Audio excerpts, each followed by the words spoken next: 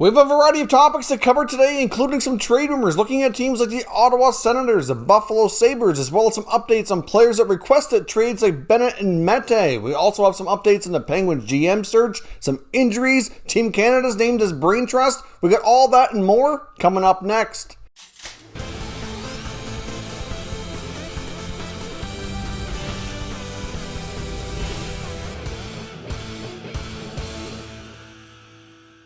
So welcome back to another video here at Top Shelf Hockey. As I mentioned, we really have a action-packed slew of information in today's video to talk about, so stay tuned, pay close attention, as well as you're going to want to watch all the way through because there's really a lot of information here today that's going to be quite important you're going to want to listen to. So first up, we have Team Canada has announced its brain trust for the 2022 Olympic team. Now, obviously, we are expecting NHL participation, even though that is not 100% confirmed.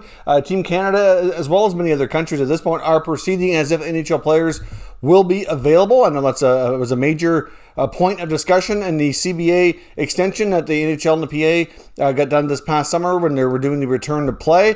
So they do have to work out a few things with the IOC, but it's expected that they will be participating. Now, the GM of the Team Canada team will be Blues GM Doug Armstrong. Now, he's going to be surrounded by a pretty wealth of knowledge team here. Obviously, a lot of these guys have been around for some time. He's going to be having assistant GMs Ken Holland, as well as Don Sweeney of the Boston Bruins. He's got Ron Francis of the Seattle Kraken. He's got Scott Salmon, and Roberto Luongo has also been named an assistant GM as well. So obviously, Luongo will be likely heavily involved when it comes to the goaltending selections, as well as maybe even some goaltending coaching, making sure the coaching staff is well in place there. I know he's doing some things with the Panthers on the management level, so certainly a big step up for Lou in that regard now that he's post-playing career. So a pretty good group of guys there to lead Team Canada. Of course, next step when it comes to leading the team will determine a head coach, and then of course a roster selection, which is still a ways out. It's pretty clear Mike Babcock's reign as the Team Canada head coach for these events is done. He even said so in a recent media interview a few weeks ago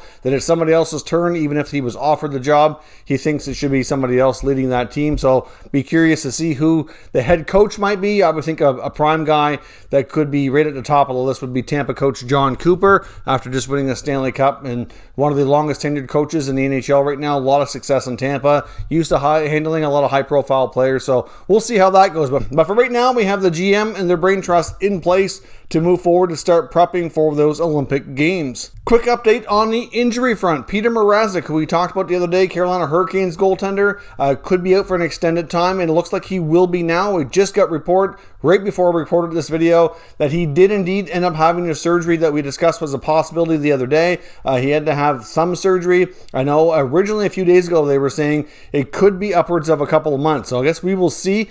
They haven't officially announced a timeline. The Hurricanes at this point have said that the timeline will be announced sometime in the next couple of days. So probably get a better idea post-surgery what he is looking at. But for right now, the last word we had heard yesterday in Insider Trading was that it was looking like the Carolina Hurricanes are going to probably stand pat and not shop for another goaltender, and they'll run with Reimer and Nedeljkovic. I mean, they're doing okay so far. They've on a bit of a winning streak, so we will see what they do in that regard. But right now, they're not expected, at least, to go shopping. Now, another quick update on the search for a new general manager with the Pittsburgh Penguins. Now, we did have word that Chris Drury, the Rangers, who was expected to be a leading contender, if not the front runner, was expected to be granted permission to interview for this job, and I believe they actually did grant that. They even said, the Rangers organization, that they were not going to stand in his way for an opportunity to move up like that. But he's announced today that he is not going to interview, that he's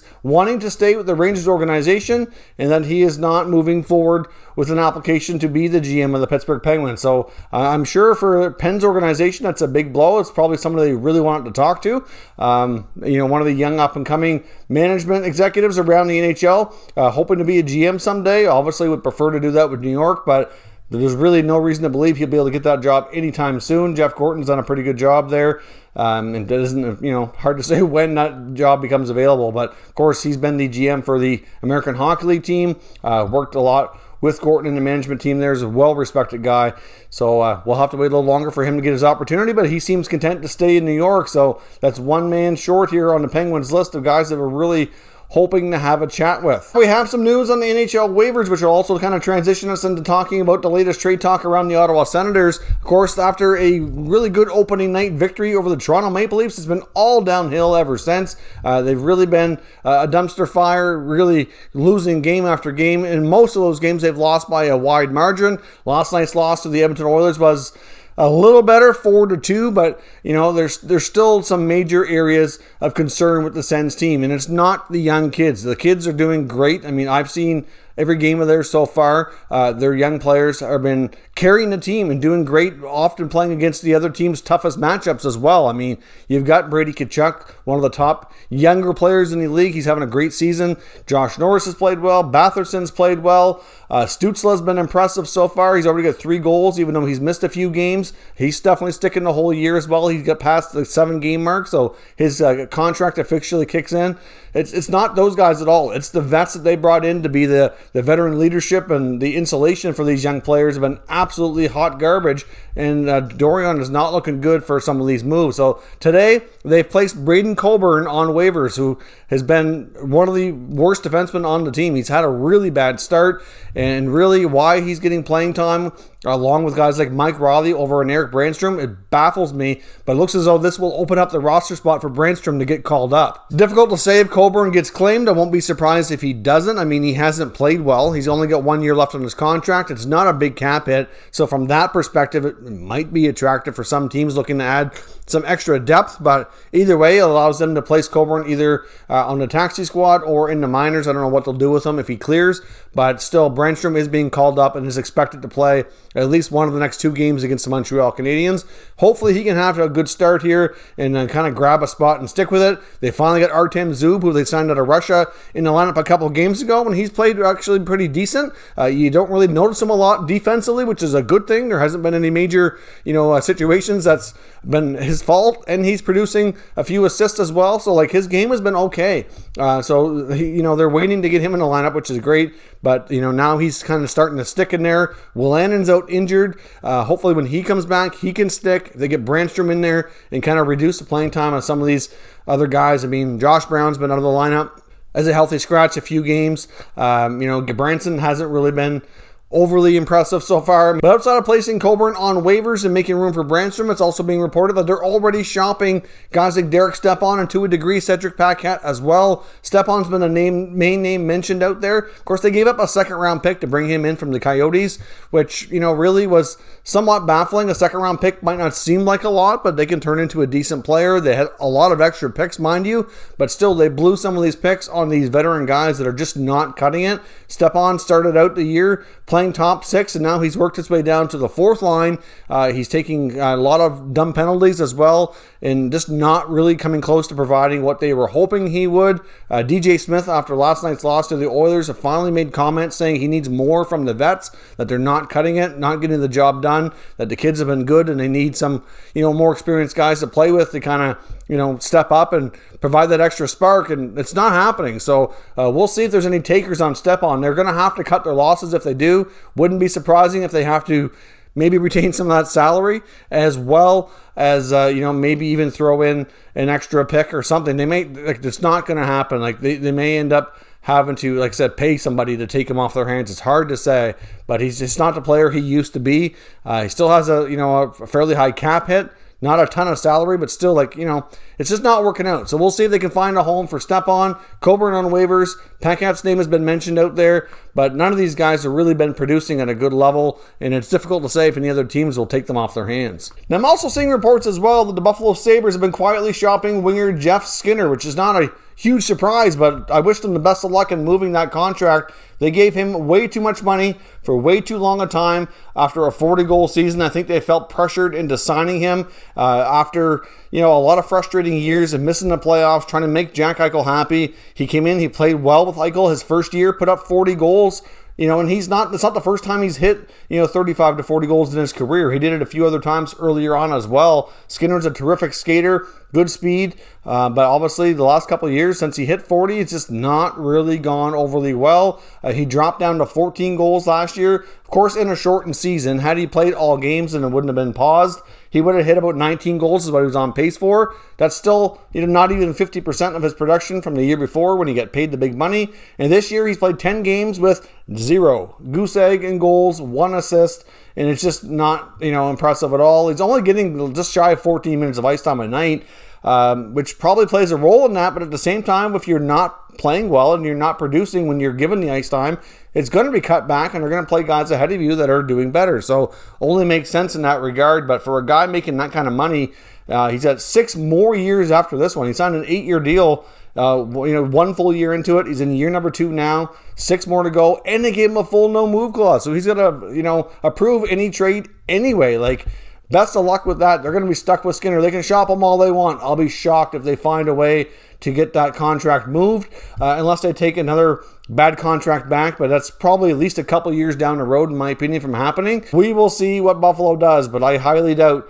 he gets traded. But I'm not shocked to hear that they're shopping around and seeing if somebody will take him off their hands. According to NHL Insider with TSN, Darren Dreger, there seems to be lots of interest growing in Tony Deangelo of the New York Rangers, and he says that there's enough teams interested that he wouldn't be shocked if a deal gets done over the next 3 to 4 days, probably by the end of the weekend. It's quite possible. Now, that seems a little bit surprising given how everything has gone here. Obviously, we know, and we've covered quite closely, the amount of drama that's been around Deangelo in the last number of days. Obviously, he's effectively done with the Rangers. We know that for sure. Just a matter of what is next for him. I just don't know. I mean, looking around the league, I think the Rangers are going to have to retain 50% of his salary or take a contract back.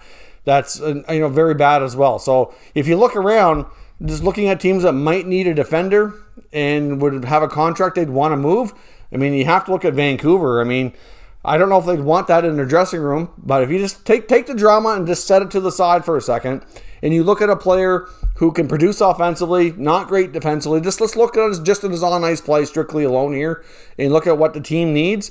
I mean, maybe they would do that. I think they could use somebody who could at least, come in and kind of step into the blue line a little bit. I mean, obviously, looking at a guy like Chatfield, for example, has been playing, not having a great start. Like somebody who could come in like Deangelo, play third pair minutes, help a bit on the power play. Obviously behind Quinn Hughes would be on power play too. Maybe they get to move on from Louis Eriksson. Maybe they'd agree to a trade in that regard. I don't know. Maybe a Brandon Sutter goes. Either way, maybe the Vancouver Canucks get themselves out of a contract that they don't like, but then again, they may not end up liking the Deangelo one, but it's going to probably take that kind of move. I mean, I'm not saying that there's any link there. I'm just throwing out suggestions based on, who might have a contract they'd want to move on from like that and who could use a defender. I mean, a team like Detroit, for example, always looking to take advantage of other teams' issues. We're going to talk about Detroit here in a minute, but maybe that's a possibility, but I'm not even sure that Yzerman would want to get his hands on that. Would one of the California teams who are near the bottom of the standings maybe want to make a move here? I mean, there's a few of those teams in California that could maybe use a defenseman, but again, it's really not clear if there'd be a good fit there. New Jersey, maybe. I really don't know. I mean, according to Dreger, there's lots of interest, so I'll be quite interested to see and hear once there's more talk about what teams are actually talking to the Rangers about it, because it's a difficult situation for anybody to take on right now, and I guess we'll see if there is indeed a deal done over the next few days like they're saying is in the works. Now, the Chicago Blackhawks are apparently trying to sign a young goaltender out of Sweden. Of course, right now, the Hawks are doing okay considering where they're at with all the players they've had out. They've had a lot of issues between, obviously Doc and Taves being out of the lineup from the get-go. They've had other players out of the lineup due to injury or, COVID-related issues. So, they've done okay considering, but they could use some help between the pipes. They've got Malcolm Subban and Lankinen. They could use an upgrade, and there's a 21-year-old goaltender out of Sweden in his first pro season, mind you, that's actually getting a lot of attention from NHL clubs, and apparently the Hawks are one of a few teams that are very interested in signing him to an NHL contract and bringing him over. Of course, if they do that, it's going to be a little while before he can join the club, and it wouldn't be exactly clear to me when he could join them. I mean, it may have to be after the season's done over in Sweden. I'm not sure. So it may not even be a player who has much of an impact on the season this year, but it could be a good prospect for them moving forward into next season. Arvid Soderblom in the SHL, like I said, his first pro year, has a save percentage of .922 and a goals against average just over 2. So putting up some good stats, but it's a small sample size. But he is getting the attention of NHL clubs, with the Hawks being one of the mentioned teams looking to give him a contract. I mentioned as well, just a quick update on some of the players that have requested trades here in the past week. We're talking about guys like Sam Bennett and Victor Mete. To a degree, Vince Dunn. I know we don't have an officially on-record situation saying Vince Dunn requested a trade, but his name has been out there. He's been playing a bit more lately and actually producing, so I think the Blues are going to be careful and not rushing any kind of a trade in that regard. But I know a team like Detroit is being reported to have interest in any or all of these players to some degree. We know Steve Yzerman in this rebuild for the Red Wings has been wanting to take advantage of other teams, whether it be cap issues or whatnot, trying to get some decent players for cheap prices. And obviously, once it's known there's a player wanting a trade, it kind of decreases their value, which GMs are not happy about when that information gets leaked out. But it's often, involved by the agent to try to put pressure on them to get something done. So Detroit and Yzerman is a team to kind of watch for here and all of this. I mean, we've reported there's been other interest, but especially with Victor Mete. He's a defenseman that many teams are kind of keeping a close eye on, because defensemen right now are kind of at a premium. A lot of teams are battling injuries, which is more of an issue. Sam Bennett, there hasn't been as much chatter on who might be interested in that guard. We've heard one or two teams, but not a lot. And Calgary doesn't seem to be in a huge interest to do it. But of all these younger players that are looking for a move, keep your eye on the Detroit Red Wings. I mean, they still have the capacity to make some trades here and take advantage of it. All these guys are young enough and cheap enough that they can get them on a pretty good, bridge contract in the next year or so, because most of them are going to be RFAs after the year. Like Bennett needs a new deal soon. Mete's going to need a new deal. Dunn's going to need a new deal. Even Dermott up in Toronto, same thing. Like, they're all players that are not signed long term. Eisenberg can take advantage, bring them in, give them a bigger role, small raise, and kind of see where things go. So don't be surprised if you see the Red Wings be players for some of these young guys looking for a change of scenery. That is all your updates for today. So, of course, as always, want to know your thoughts and opinions and everything discussed down in the comments so we can discuss further. If you're new to the channel, consider subscribing and turning on your notifications so you don't miss any future content. And give this video a thumbs up if you enjoyed it. I'd appreciate it if you did. As always, thank you for watching, and I'll catch you next time.